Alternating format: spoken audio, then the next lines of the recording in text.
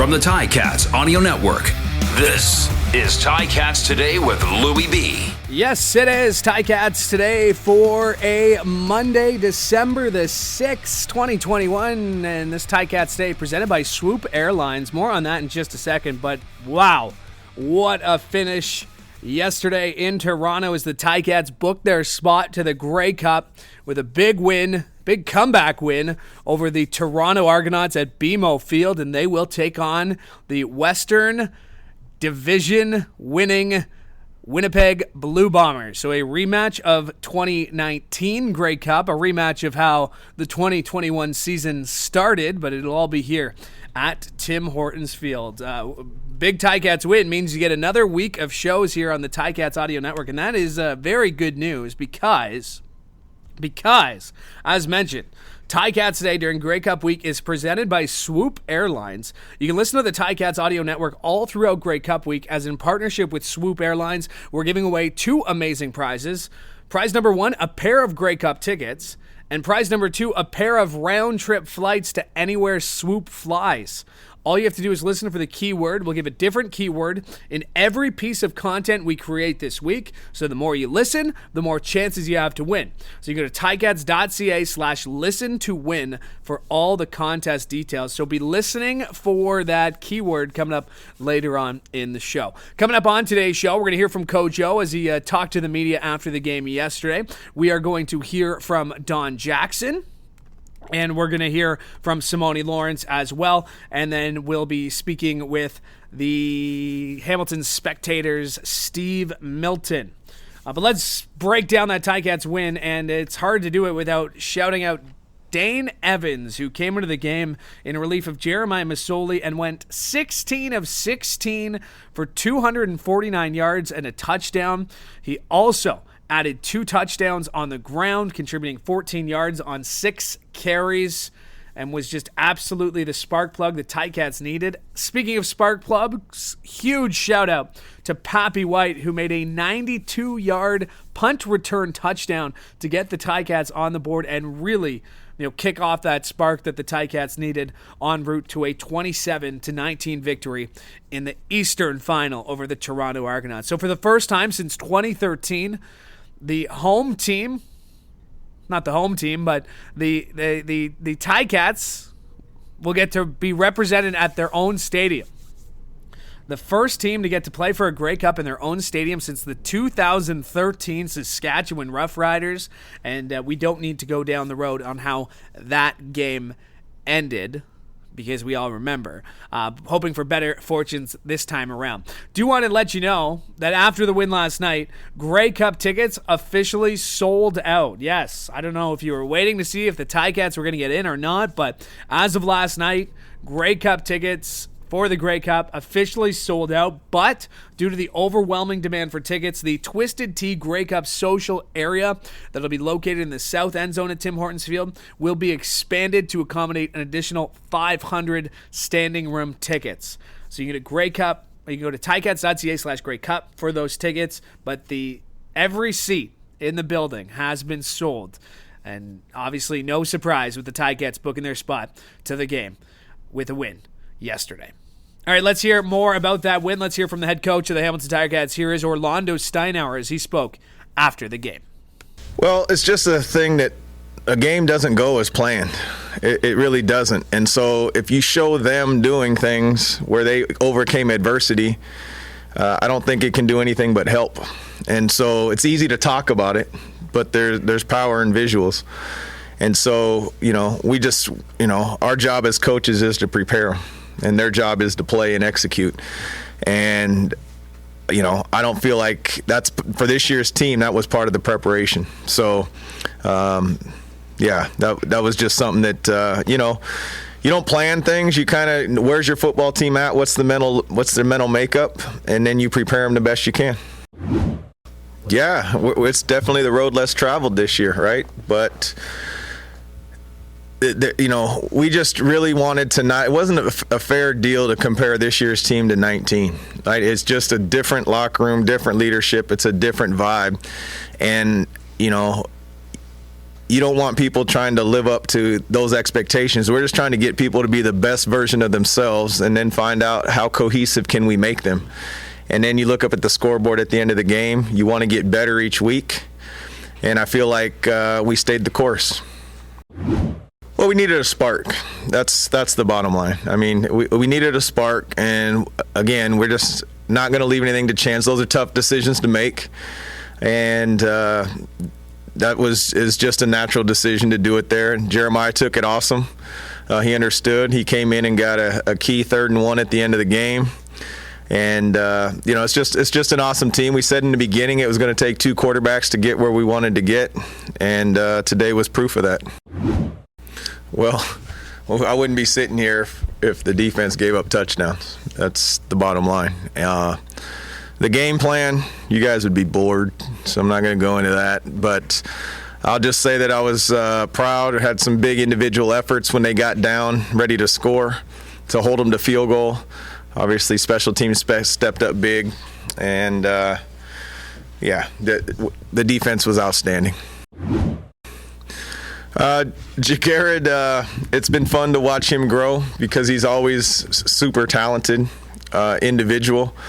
But as you play more years, you kind of get a little bit more thrown in your backpack, if you will, meaning you have to expect a little bit. I've challenged him a little bit this year to be a little bit more of a leader because he's not generally a vocal person. He always lets his play speak for itself. That play was huge. That was what I was kind of alluding to answering the last question was, again, it's whatever you can do to hold him to 3 other than 7. Your starting quarterback next week. Really? Maybe ask me another day. That is the head coach of the Hamilton Ticats, Orlando Steinauer, as he spoke after the game yesterday. All right, Don Jackson had himself a fantastic game, maybe flying a little bit under the radar because, Dane Evans had such a great game. Jalen Acklin had such a great game. The defense was fantastic. But Don Jackson, not to be overlooked, 16 carries for 95 yards, averaging about 6 yards every time he touched the ball. He also added a couple of catches for a couple of yards. But Don Jackson was absolutely outstanding again for the Ticats and a big part of why they are going to be playing for the Grey Cup on Sunday. And here's what he had to say after the game yesterday. Patience is really the key, not in football, not just football, but life. I just think if you stick to it, be patient, regardless of the situation. I have this mindset that we're going to be okay, and that helps me go. It was just such a resilient team effort, man. We went into the locker room. We all talked about it. We knew that adversity was the only thing that we were going to be promised in this game. Nothing's going to be sunshines and rainbows. We just had to stick to the script, keep chopping wood, stay patient, and keep going. So I'm excited. We're a resilient team, and it's going to boost us moving forward. Yeah, I told Poppy about to make the biggest play of his life. He went out there and made the biggest play of his life right then and there. We've never had doubt in Pop. He's been patient. He's been taking his time. He's been learning from the great people that were in front of him. I'm just glad that he's got so many good guys around him that help him out as far as the receiver aspect. And then even when he come get carries with us and he has to learn the stuff that we do, he does a great job with that as well. So it's just a testament to how hard he works and how he's patient. And he takes his time. Even the return was patient, and that's what got him to the house. It's like I said, it's not just a football lesson, it's a life lesson. If you just think everything's just gonna be smooth and go right, you in for a rude awakening. So it's about keeping it, like I said, keep chopping, keep going, and always understanding that it's gonna be all right. It feels wonderful, man. It was electrifying to be out there today, to have so many Hamilton fans with us. That was crazy. I know it was down the street, but I didn't expect it to even be like that. And I think that's what helped us get over that hump. As far as it's us taking care of the things that we're supposed to and executing how we're supposed to and how we're coached, yeah, that's what wins the game. But the crowd being there with us, that was beautiful. It was beautiful. It was amazing. That is Don Jackson as he spoke to the media after his big game. 95 yards on 16 carries, averaging 5.9 yards per touch. We're going to hear from Simoni Lawrence in just a second, but I did want to get to how you're feeling, Ticats fans. I've tried to check in with you, throughout this season, so I figured after a big win like last night, I figured you'd be in a pretty good mood, so I took to Twitter to find out how you're feeling, and I got some of your responses here at LouisB_TV. Let's start with Claudio Raposo, who says, incredible. The definition of a gutsy win yesterday. There truly are no individuals on this squad. Everyone buying in. Everyone set on one goal. I love the Hamilton Tiger Cats. Chris at Adthethosa. Sorry, Chris, on that handle. Feeling great. The team is hungry to win the cup, and they are going to be tough to beat at home. Winnipeg is a good team, but they're not unstoppable. If we can limit Harris offensively, we will win. And that's a great point because the Ticats have done a really good job of kind of limiting the star runners they've been up against, whether it was William Stanback in the Eastern semifinal or whether it was DJ Foster holding him to 11 carries on 38 yards. So Ticats doing a really good job. Run defense, tops to none for the Ticats this season. At Ryan Cruikshanks at Crankshaft79 says Winnipeg did not look like the top team in the CFL yesterday. Definitely got more confidence now considering how well the D and Dane played. At Jack Attack TO says stoked and feel like we have the momentum on our side. At Tiger Sammy coming back with the Larry David meme. Pretty good. Super Cal at Canadian Cal 30. I ugly cried happy tears. That's how I was feeling. And Corey Campanella says, at CCamps19 says, I'm excited. First time in 8 years, I'm back home in Hamilton and seeing my family and Ticats in the Grey Cup feels so damn great. Great responses. I'll get to some of you more on Twitter. At LouisB_TV is where you can find that tweet and join in on the conversation. All right, let's hear from Simoni Lawrence. He was part of a defense that had a fantastic game. Of course, one of the longest-serving Ticats. He wants this Grey Cup just about as badly as anybody. But here's what he had to say after the game yesterday. I feel like it started in camp when everybody started to buy in. We had a resilient group all season, and just the way we started off losing a bunch of games in a row. And there was no waiver. Everybody came to work every day with smiles on their face, working hard. And, we just stayed the course, a lot of character in the locker room and a lot of buying in. No, Dane's a dog, you know what I mean? So, that doesn't surprise me at all. Every time we come to Toronto, my brain just goes to him running over, all the defenders when he first what week was that, Dane? What's up? When you ran over, the whole team?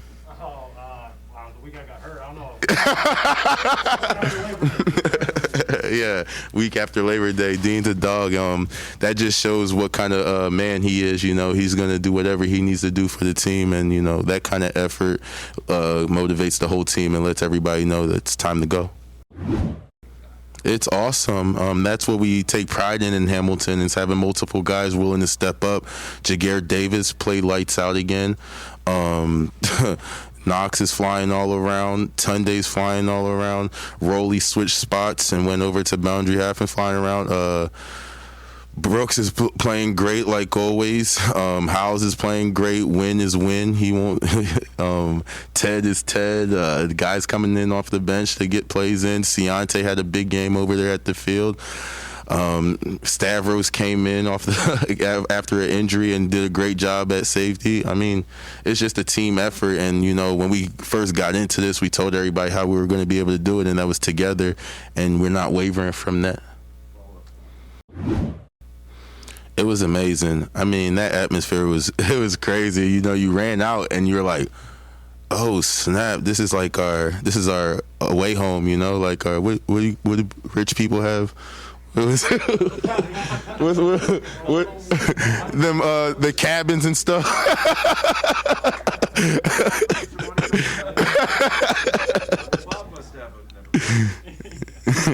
And that is Simoni Lawrence as he spoke after the game yesterday. Always love a press conference that ends with a classic Simoni laugh like that one there. All right, moment you've been waiting for. I have your keyword to enter for your chance at Grey Cup tickets.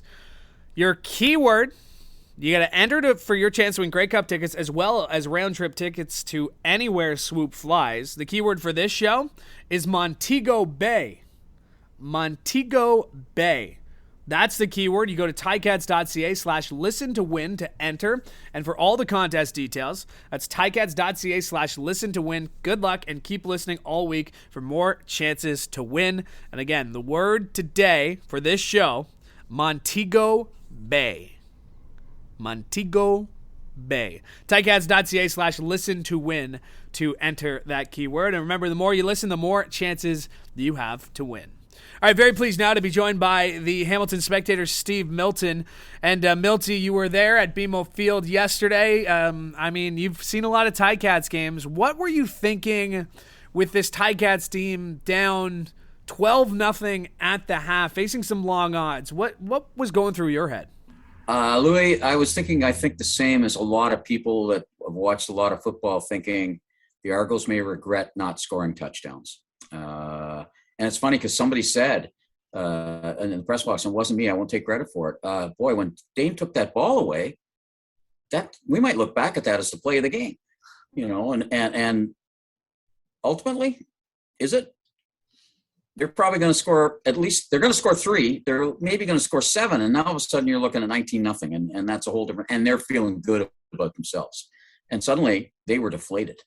So that's what I was thinking. I was thinking, can the Ticats make them pay for this, as they made Montreal pay for it, and as they sometimes themselves this year have paid for not scoring when they've had chances early. Were the Ticats the better team yesterday? Is that on balance? I think they are the better team. I thought they were the better team, like essentially, if you looked at the teams going into the game. But that's irrelevant. It depends on who plays what. And I think Ticats, they would have to be a little concerned. I mean, they got to be feeling great about how they. But you can't count on this making big plays like that all the time at key moments to stop. I mean, that's 2 games in a row in money games. 3 if you count the one in Toronto. That's the only one they've lost, by the way, in the last 7 games. That they haven't come up right in the opening quarter, and I think you better find out why that is. Let's talk about the decision to go to Dane Evans, because you and I and people around the team and people who had been covering it and watching it, we'd kind of come to a general consensus that Masoli was the guy, but the leash was going to be short, and that's exactly what we saw. They went to Dane Evans. I don't know if anyone was expecting 16 of 16 for 249 yards and 2 rushing touchdowns, especially considering what we saw, in that kind of nothing game against Saskatchewan. But how did Dane manage to put it together? What went right? What had to happen for that kind of performance in the second half for number 9? Well, I think part of it, and Orlando would say this and did, being ready in practice during the week. He would always take the second of the end-to-end drives. That would be part of it. And I think just sort of itching to get going. I think the change of pace, they haven't said this because they don't want to give too much away, and I don't get the game films, but I think there was a little bit of change in the blocking style, and Dane rolled out. Jeremiah didn't have a lot of plays, but because of the previous week where it also started cold, there wasn't a long leash there, and they were trying to just inject something. And I thought that was good because they resisted that much of the year. They wanted to get into a flow, and I think that they've always felt they haven't had enough sustained flow, and and that's why I think they left Jeremiah and didn't do this kind of thing earlier in the year. But I think they're just looking for something to shake them up because they weren't there. They were not there. They were not the team they were from about the middle of I'd say late second half on, or second quarter on. And I think it was good it was really about psychological. And so he brought that. But I think there was something technical there too, Louis. And that was that kind of he swung out a little bit. created a little more time. Now, he gets sacked more than Jeremiah does. And that's one of the reasons that I think Jeremiah was playing, was the starter and wanted out of camp. I think that was part of it. And that rolling out and the willingness to go. I mean, what did he not do in this game? I mean, he scored twice. He made maybe the key defensive play of the game, and he threw for a touchdown. And it was that strike right after. It was like the speedy strike, but from Jeremiah the week before, right after a thing that went well for Hamilton, and then they the strike to up the middle to Jalen Acklin. Yeah, that being you're referring to the 3rd and 2 fake field goal conversion. Dane field goal. Yeah, it was the very next play that Dane was able to find Acklin. All right, so now we're going into 2021, the 2021 Grey Cup. A lot like we were in 2019, but with the roles reversed, right? The 15-3 Blue Bombers, the favorites heading into it. So, I mean, what can the Ticats take from that situation, knowing, they were in that, and Coach O did a really good job of explaining, and he's explained it all year. This is not the 2019 team. Right. It's different leadership. It's different people. It's different voices. And how they have to win is differently. And they can't dominate. Exactly. Yeah. So how can the Ticats, and they've used the adversity theme by, they were showing them old clips of when they blew, leads in games. That was part of the preparation this week. So how do you use that? How do you get that momentum heading into to Sunday's big game? Well, first of all, you look yourself in the mirror about the first quarters and the key games you have, like in the last 2 games, as I say, the 3 money games they played in the last 4 games. You look at that, and basically, you use the thing like, look, we can come back, so we're never down. So, but let's not get down like this. Let's not come out like that. So I think that's one of the things they have to use. And as I mentioned earlier in our talk, but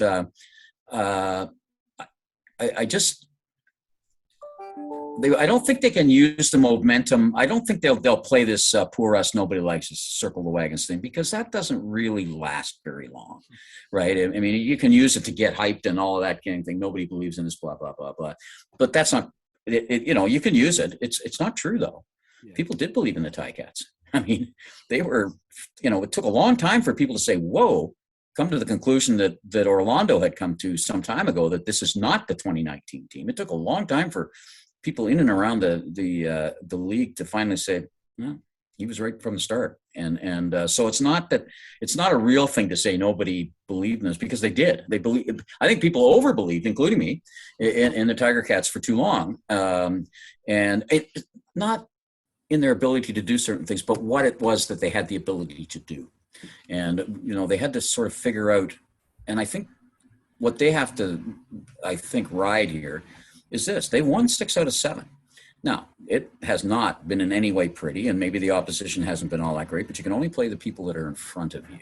I think they will use as motivation that, not that they're underdogs, but that these guys, took their lunch money last time, right? And 2 years ago.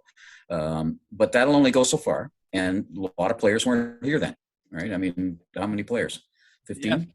Yeah. Something like that. Weren't here then. So I think this is about them finding a way to be in the right frame of mind to have execution for it, and to use that home fan, and to say, we are a dominant home team. We weren't for a while. We were kind of struggling. We really didn't find it. But really, if you look at our record, we're a pretty dominant home team. Well, it should be a good one. Milton, you and I could have talked about Jagarrett Davis and his performance and the great play in the set. Looking like a DB out there. And, obviously there's a lot to go into, but I know he's done that a lot this year, right? He's dropped off quite a bit. But this time it was graphic. The know-how to turn around and face and have your head to the quarterback and get your hand in, because he didn't just get his hands in the face. He got his hand. He didn't interfere. He didn't interfere, exactly. Which again, and he stayed with him. I mean, that guy's. I mean, yeah, he's a running back. He's not a wide receiver, but I mean, he's got some chops. The guy he was covering. Yeah, there's so much we're going to get to, I'm sure, throughout the week. Milton, I know you're a busy guy this week. Grey Cup, and the team you covered just happens to be in it. So I know the feeling of how busy you are. So I'm going to let you go. Thanks for doing this, buddy. Okay, Lou. My thanks to Steve Milton for joining me today, and my thanks to you as well. Could not do the show without your support. Just a few short days away from the Grey Cup here at Tim Hortons Field. And remember, Ticats Today during Grey Cup Week, presented by Swoop Airlines. You can listen to the Ticats Audio Network all throughout Grey Cup Week. In partnership with Swoop Airlines, we're giving away 2 amazing prizes, a pair of Grey Cup tickets and a pair of round-trip flights to anywhere Swoop flies. We gave you the keyword a little bit earlier on in the show, and you can take that keyword, go to ticats.ca/listen to win to enter. Good luck, and keep listening all week for more chances to win. All right, that's it for us today. Thanks so much. We are back tomorrow, same time, same place, right here on the Ticats Audio Network. I'm Louis B., hoping you have a great day. Ticats Today with Louis B. Subscribe, like, and get your Ticats fix every weekday.